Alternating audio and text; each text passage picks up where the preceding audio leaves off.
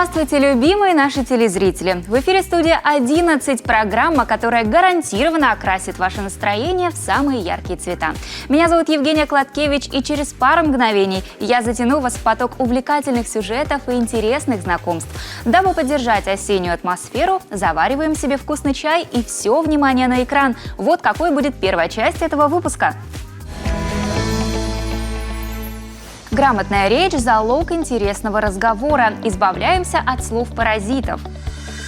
В атмосфере природной романтики. В Коми прошел республиканский слет туристов. Правильно снятые мерки – уже половина успеха. Какие еще секреты хранит в себе швейное мастерство?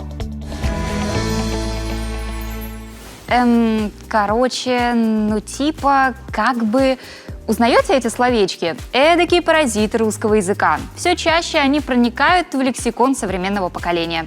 Слова-паразиты не несут смысловой нагрузки, а лишь загрязняют нашу речь, делают ее скудной и, как результат, неинтересной.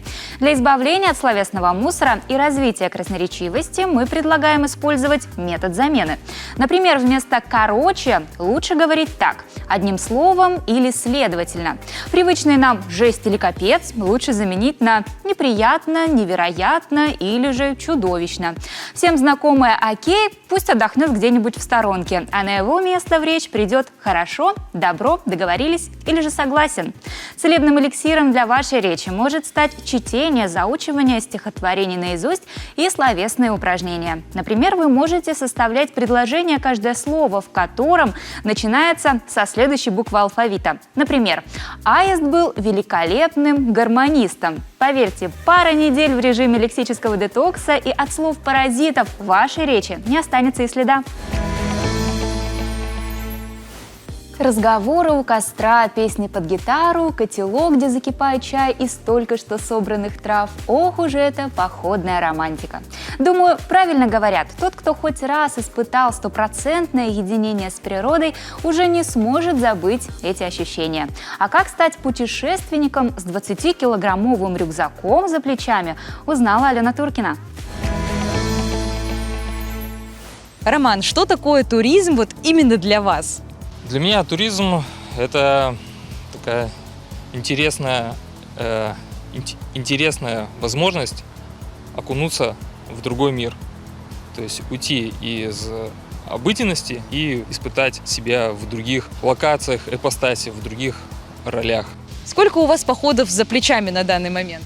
Пришел в туризм в 2013 году и набрал уже где-то 18 или 20 походов. Если честно, даже сбился со счета. Это даже хорошо, что со счета сбились, значит, всегда было очень интересно. Я знаю, что вы активно работаете с молодежью. Как вообще понять, что молодежи это интересно, и с рвением ли они погружаются в эти походные дела? Я заметил такую тенденцию, что туризмом начинают увлекаться и остаются на долгие годы. Это те мальчики и девочки, которые в детстве смотрели приключенческие фильмы, там, где главный герой через преодоление достигает своей цели, и тех, которых тянет в лес. В течение похода, я думаю, любой человек поменяется, и причин тому множество. То есть нет каких-то привычных благоприятных условий, нет дивана, нет душа, и вообще очень много чего нет. Вот по вашему опыту, как меняется ребенок или взрослый человек за это время, что провел в такой дикой природе? Когда человек попадает в походные условия, у него я заметил, что первые 3-4 дня у него с ног на голову переворачивается мир, потому что те вещи, которые он ценил в городе, они обесцениваются на природе, и наоборот, которые вещи не замечал, они обретают колоссальную ценность именно в походе. Из банальных примеров, которые чаще, прямо вот сейчас мне пришли в голову, это небольшая шоколадная конфета. В городе особо не ценишь, а вот на 4-5 день похода она прям такая становится на вес золота. Если говорить про поведение человека спустя 4-5 дней, то начинаешь замечать за ним уравновешенность и спокойствие. На мой взгляд, подростки, молодежь и уже более взрослые люди, они как раз идут в поход, в горы за тем, чтобы оторваться от обыденности, от вот этой всей суеты и побыть в спокойствии и привести мысли в своих порядок. Я знаю то, что сейчас в туристических объединениях Центра детей и молодежи активно идет приемная кампания. Как родителю записать своего ребенка и может ли ребенок, например, постарше записаться к вам сам и как это сделать? Вы приходите к нам, мы с вами проводим небольшую беседу, в каком объединении ребенку будет лучше всего. Вы заполняете заявление, и все, ребенок начинает ходить на тренировки. А для того, чтобы понять, с какого возраста, лучше всего это, конечно, если про походы говорить, то с 10 лет, с 10 и до 18 лет. То есть мы берем всех. И я знаю, что совсем скоро, в сентябре, пройдет слет юных туристов. Расскажите нам подробнее про это спортивное мероприятие. Слет юных туристов мы ежегодно организовываем, и участники данного слета, они приезжают к нам из различных районов Республики Коми и городов. А в этом году программа состоит в основном из 4 дисциплин. Это поход, контрольный туристический маршрут, там, где проверяются навыки туристов. 3-я туристическая полоса, наиболее эмоциональная и такая динамичная дисциплина, там, где группы надо проходить через рвы и туристические этапы. И 4-е в этом году будет у нас ночное ориентирование. Там, где командой надо реально по темноте, прямо ночью, бегать по лесу с фонариками и искать заветные контрольные пункты. Звучит на самом деле очень интересно. Я думаю, что всем, кто попадет на слет юных туристов, очень понравится. Все привезут эти самые яркие эмоции, которые получат этой осенью. Спасибо вам большое за информацию.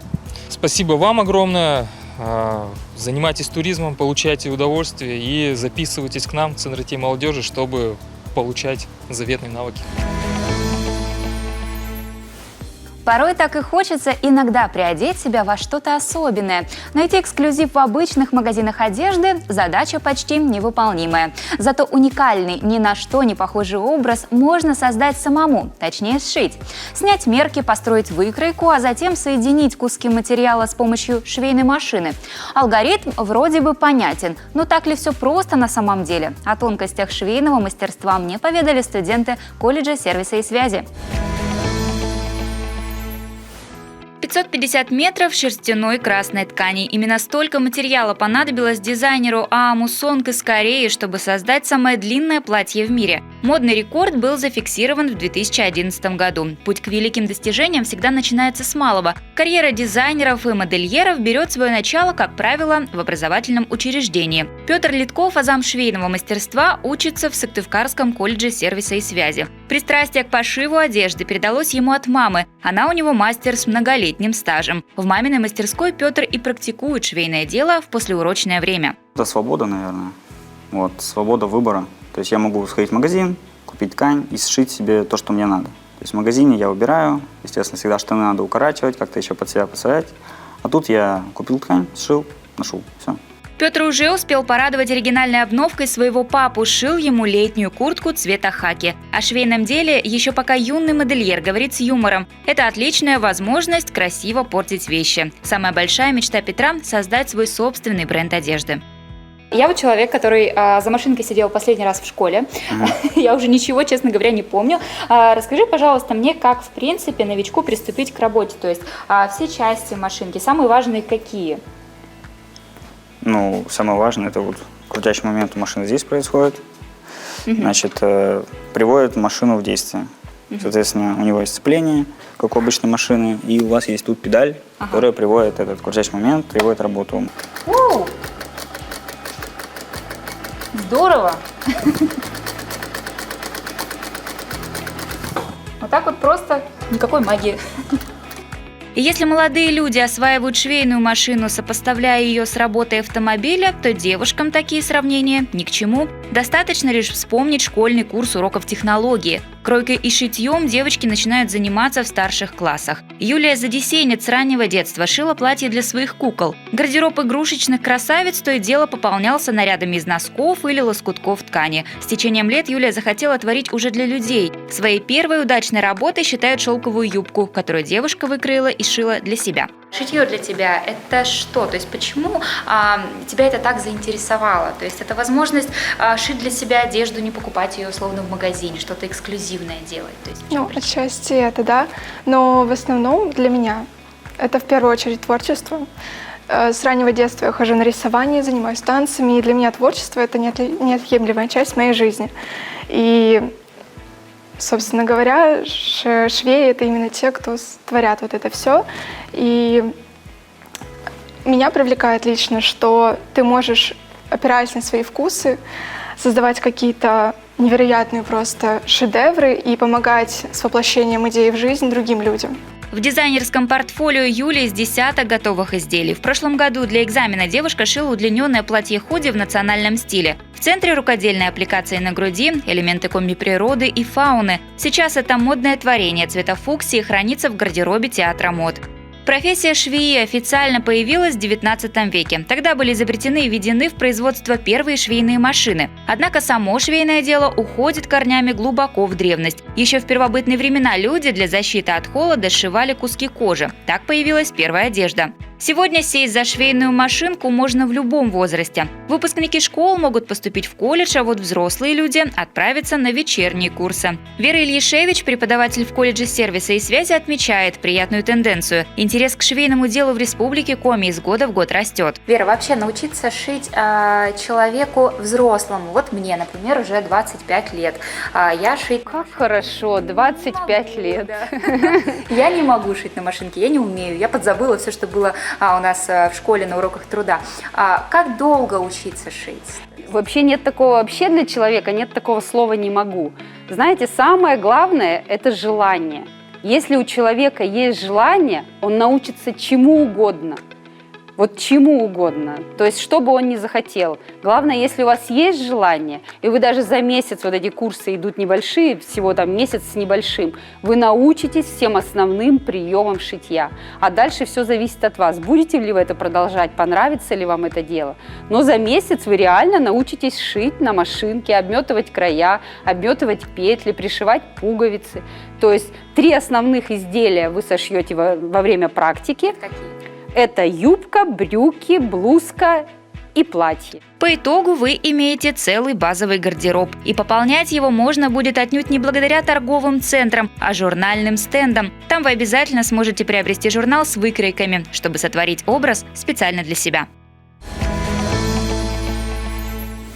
А мы добрались до экватора нашей программы. Сейчас небольшой перерыв, после которого студия 11 продолжит подпитывать ваш день позитивной энергией. Не переключайтесь.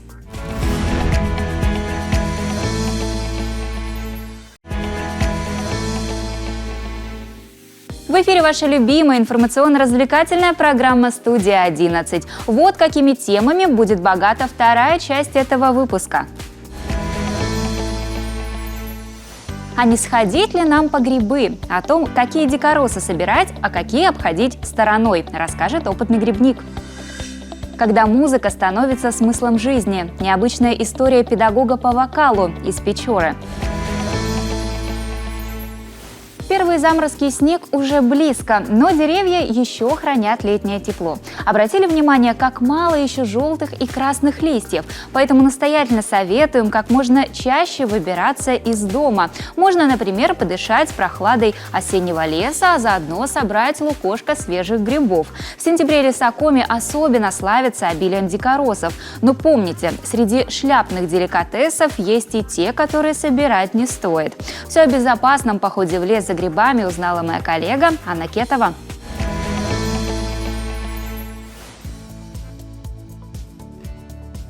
Сколько лет вы уже занимаетесь грибами и откуда пошел такой интерес? Мы живем в грибном регионе, и в лес за грибами я начал ходить с глубокого детства, сколько себя помню. Какие грибы вы собираете, а какие принципиально нет, даже если они съедобные? Принципиально я стараюсь не брать старые грибы. Довольно часто замечал, что и продают на рынках, и вот в лесу встречаешь людей, которые собрали достаточно старые уже червивые грибы. Вот я стараюсь все-таки брать только молодые, свежие, и готовить их максимально короткий срок. Как вы относитесь к сыроежкам? Говорят, их даже можно есть сырыми. Среди тех сыроежек, которые у нас растут, есть и несъедобные. В частности, сыроежка едкая, она же рвотная. Ее лучше в лукошко к себе не класть. Что же касается возможности употребления ее в сыром виде, то это, по всей видимости, заблуждение. По мнению филологов, название сыроежка, оно образовано не от того, что ее можно есть в сыром виде, а связано с консистенцией этого гриба. То есть его мякоть, она напоминает собой сыр. От чего все-таки зависит время выхода грибов? Разные виды, они характерны для разных сезонов года. Например, сморчки, они выходят весною. В августе растут грузди. Зимняя пята – это вот конец осени, начало зимы. Сейчас традиционное время сбора первых белых подберезовиков, красноголовиков. То есть это такие наиболее традиционные грибы, которые собирает наше население. А как погода влияет на эти сроки? Безусловно, погода, она вносит свои коррективы. Например, длительная засуха, либо холодное время года, они смещают эти сроки выходов тех или иных видов грибов. Грибам свойственно выходить слоями. Это такой термин, широко применяемый грибниками, когда грибы массово появляются везде, а через некоторое время их опять нету. А есть ли у вас какие-то неожиданные находки? Да, и знаете, наверное, практически каждый год что-нибудь новое удается встретить в лесу. Например, несколько лет назад, будучи на охоте, мы нашли просто гигантский экземпляр трутовика окаймленного. Вот он сейчас хранится в музее нашем национальном в отделе природы. Ну и напоследок, Павел, что бы вы пожелали начинающим грибникам? Ну, я бы пожелал это не только начинающим, но и всем грибникам всегда придерживаться главного правила, помнить о том, что все грибы съедобны, но некоторые всего один раз. И не собирать, по крайней мере, не готовить те виды, в которых есть хоть малейшая доля сомнения. Когда душа поет, сдерживать ее не нужно. Это не понаслышке знает героиня нашего следующего материала Анжелика Дормидонтова. Следует этому правилу сама и других учит. Вот уже несколько лет на безвозмездной основе она преподает в Печорском доме культуры железнодорожников. А почему она связала жизнь с музыкой, узнала наша Алена.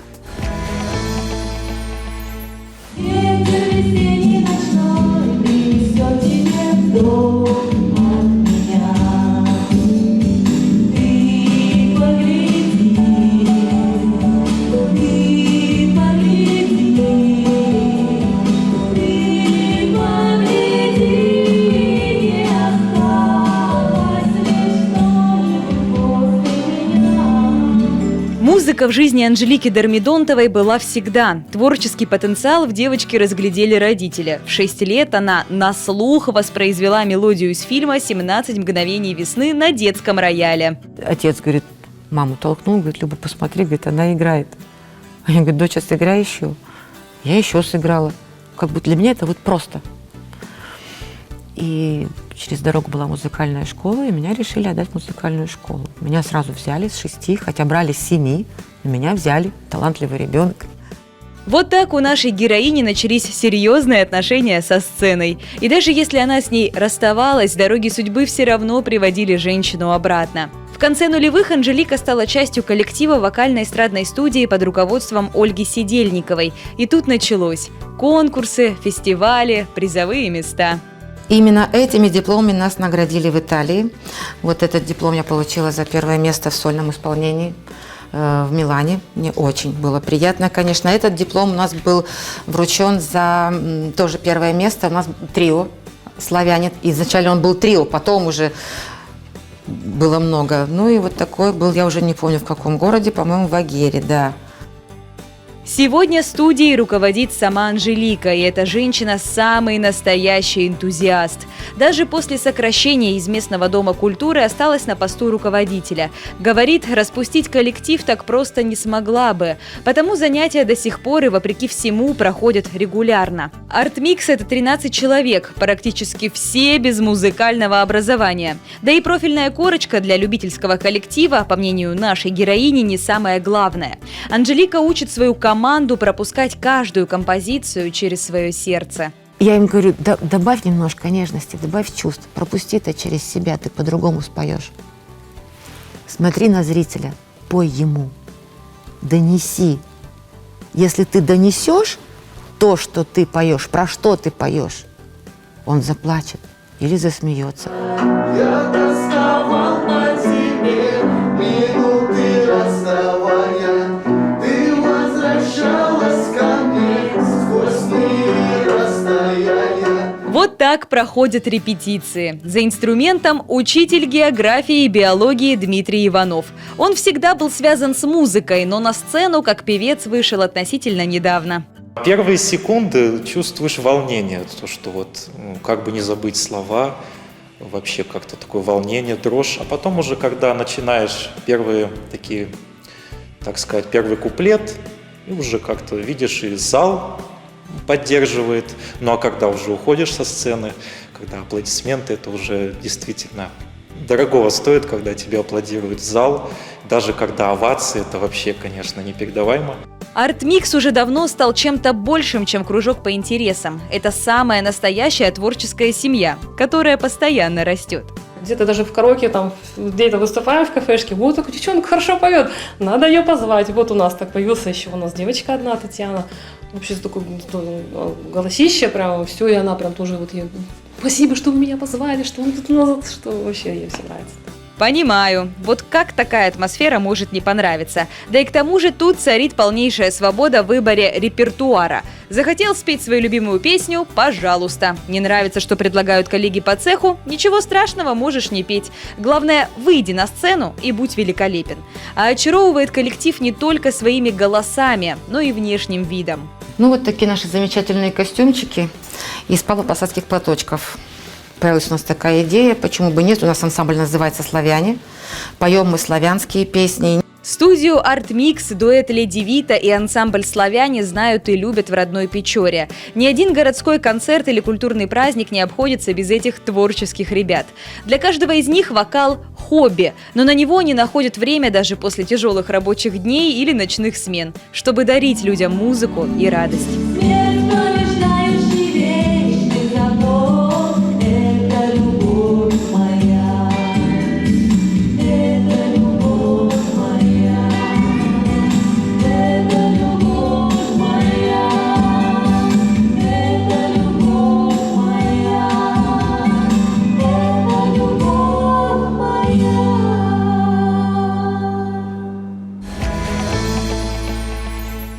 В конце этого выпуска мы решили еще раз вспомнить о качестве производства в нашей любимой Коми.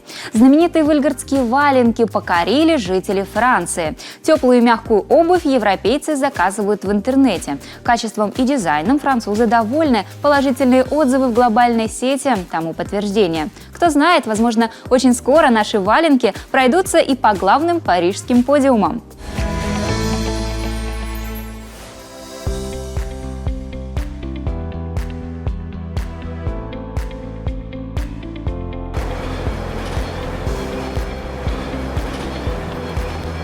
Чесально-формовочный цех, где происходит чесание конусов, то есть будущего голенища валенка, и формование основы полуфабриката валеной обуви. Вот на этой машине происходит чесание конуса. Конус – это будущее голенище валеной обуви. Свойства шерсти таковы, что она в процессе своелачивания уменьшается в 2 раза. То есть конус мы должны начесать и, соответственно, полуфабрикат сформовать в 2 раза больше нужного нам размера. После этого, когда чесальная машина начесала конус,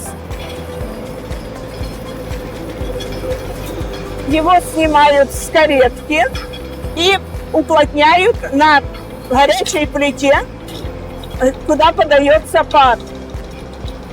Пар снизу подается в плиту, и сверху в процессе уплотнения идет предварительное свойлачивание. Вот закончился чесание конуса. Сейчас девушка его снимет и положит на плиту. Дальше формальщица забирает конус и вручную уже формует, так сказать, голову нашему валенку будущему. И получается полуфабрикат, который заформован вручную, повторяюсь, в 2 раза больше нужного нам размера.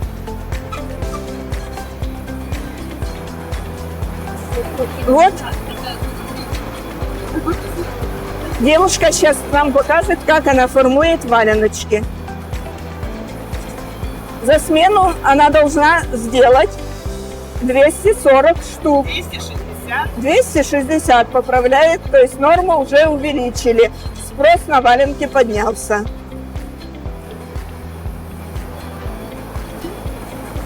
Вот все это вручную делается. Поэтому нельзя сказать, что просто как валенок. Валенок сделать очень сложно. Нужно иметь специальные навыки. Нужно подходить ко всему процессу творчески, с душой и с любовью.